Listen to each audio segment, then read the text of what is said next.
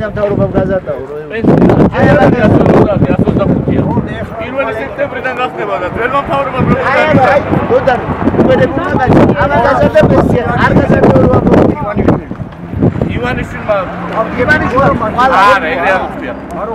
ივანიშვილმა თქვა რომ საარსებო მინიმუმის ხელა იქნება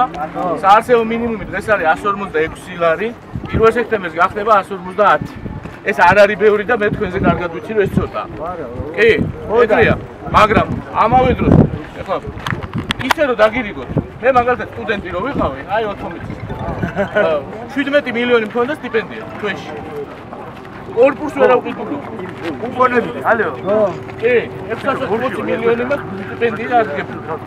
უპონი რაი ბაბა მითხარ ამიტომ შეგვიძლია ახლა დავბეჭდო და დაგირიგოთ ფასები წავა კოსმოსში ამიტომ რაც ეკოს საგამ ეკონომიკა არ არის და არ გაიმართება მე მაშინ გადაყავ ვა მერვეში გადაყავ მერვეში აუ